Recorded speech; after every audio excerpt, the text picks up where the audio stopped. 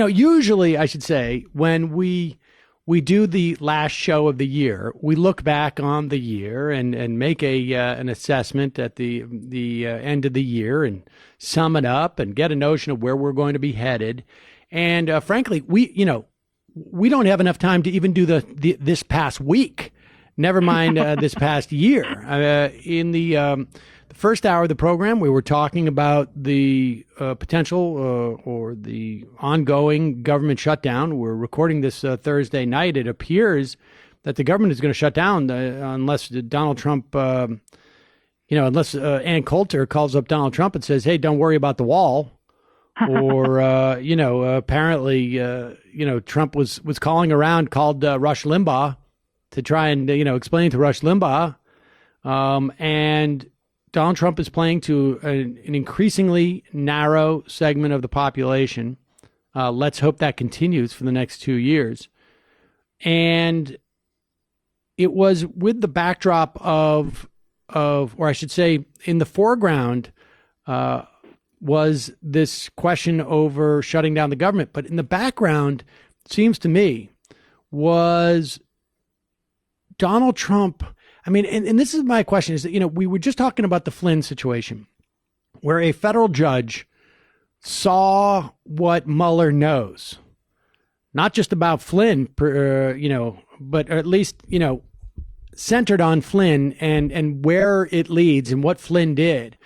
And this federal judge basically said, "I'm not going to accept your plea deal, and if you don't come up with some way of mitigating your crime here, I'm going to send you to jail. I don't care what the prosecutors say." And Donald Trump, I think, feels like he may be on, shakier ground because of that. But here's my question to you: what do you think was going on with the prosecutors? Are the prosecutors being too soft on Flynn? That a federal judge, I guess this happens, but it seems to me to be pretty rare that a judge will say, it's not like these are low-level prosecutors, right? These are theoretically the best in the biz and the most aggressive. And I think a lot of these prosecutors in the past probably have done things that I don't terribly approve of in terms of being this aggressive. And this judge is telling him, "You're not being aggressive enough with this guy." What's going on with that angle of it before we start talking about, its relationship to Donald Trump, basically driving the federal government off the rails? Well, I don't know, but I do know that this is a question that people have been asking for a while. Because if you look at the Mueller threw the book at Manafort. They went after him with everything they had, and they strong-armed Rick Gates, as hard as you could strong-arm somebody. But Flynn, and by the way, Michael Cohen too, the two most recent sort of stars of this drama. The Mueller team has been very, very generous to them, to say the least, in terms of their sentencing recommendations. Now, Cohen had separate problems with the Southern District of New York, but with Mueller, they recommended probation for him for lying to Congress. And the fact that they even put that in there, that they even charged him with that, is kind of interesting, just to sort of, it was almost like they were just putting a marker down. I don't know, obviously. I don't think anybody really does. But there is a big strategy going on with Mueller. You can see just this past week we had this weird story bubble up about how there's a mystery witness out there that was refusing a grand jury subpoena, and they went all the way up to the appellate court, which ruled that they did have to cooperate with the subpoena. It turns out that it was a sovereign foreign corporation of some sort. Most people presume it was a bank. Nobody knows where. But that just sort of, everybody kind of stepped back for a minute and went, whoa, there's some stuff going on here that is way complicated. You've got foreign banks being subpoenaed by the grand jury, right? Well, okay. So I don't think anybody knows what the full strategy is on the Mueller investigation. And I think all this reporting that we see all the time, even from top journalists, he's getting ready to wrap it up. I don't know. Maybe, but whatever he's wrapping up is not exactly what we're seeing. It's not just about Jerome Corsi, and I don't even think it's just about Mike Flynn.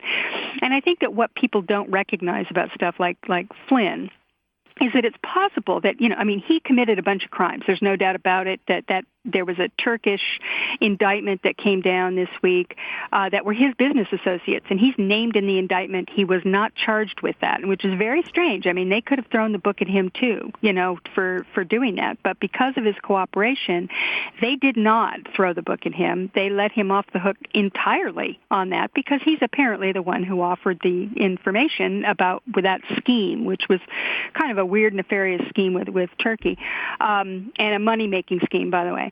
And that's the part of it, I think, that probably Emmett Sullivan saw, was all the stuff that Flynn had done, and maybe part of his cooperation in those charges. But you have to remember that a conspiracy charge does not require that everybody be aware of all pieces of the conspiracy. Right. All that matters is that they knowingly were involved in their piece of the crime.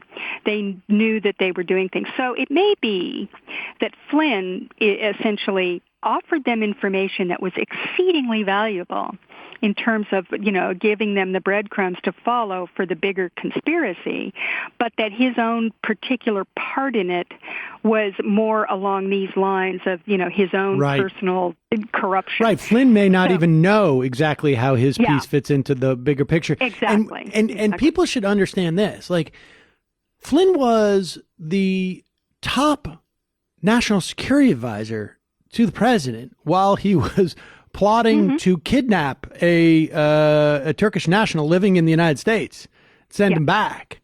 And I guess usher him. I mean, it's like some type of like bad B movie, C action film.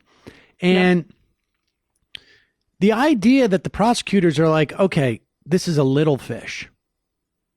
Like, that guy is the little fish. Yeah, there's not many other bigger fish to fry here, right? Like, I mean, if they felt they were running out of like opportunities to get people, that they wouldn't let Flynn off the hook. And people got to remember, Whitewater went on for 7 years.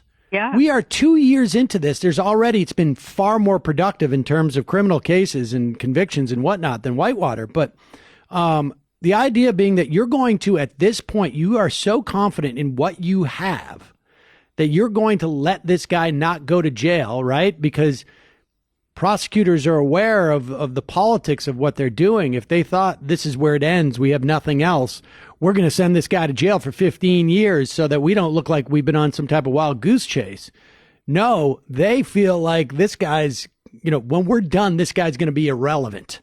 That's the message that we got. And the judge was like, no, this guy's relevant, which suggests that the next step up that they make could be, super dramatic. I mean, I think it's going to be. It's crazy. Yeah, I mean, I have to agree with you that it does seem like there's something more, and it has international ramifications. Or we already know that. They've indicted a bunch of Russians already, and there's this Turkey angle. There's stuff happening in the Middle East. There's a lot. Yep. Yeah, I mean, this is a very, very wide-ranging conspiracy investigation, counterintelligence. So. All right, let's take a quick break. I want to talk a little bit about that. I also want to talk about something interesting that's happening. This whole question of deplatforming. 2018 was very much about deplatforming, and I want to talk about that.